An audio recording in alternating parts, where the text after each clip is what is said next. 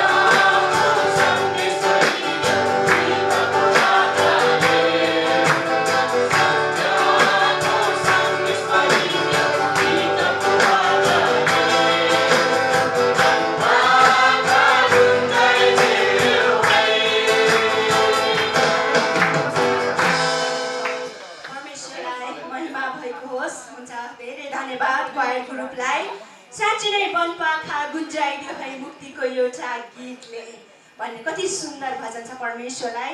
यो भजनद्वारा महिमा भएको। साँच्चै नै हामी जब यो भजनको शब्दहरू हेर्छौँ भने हामी चाहिँ बेमोलको छैन है, जुन जीवन परमेश्वरले दिनुभएको छ यो चाहिँ अर्थपूर्ण जीवन छ, किनभने यसु ख्रिस्टको रगतले किनेको जीवन। आमेन, परमेश्वरलाई महिमा होस्।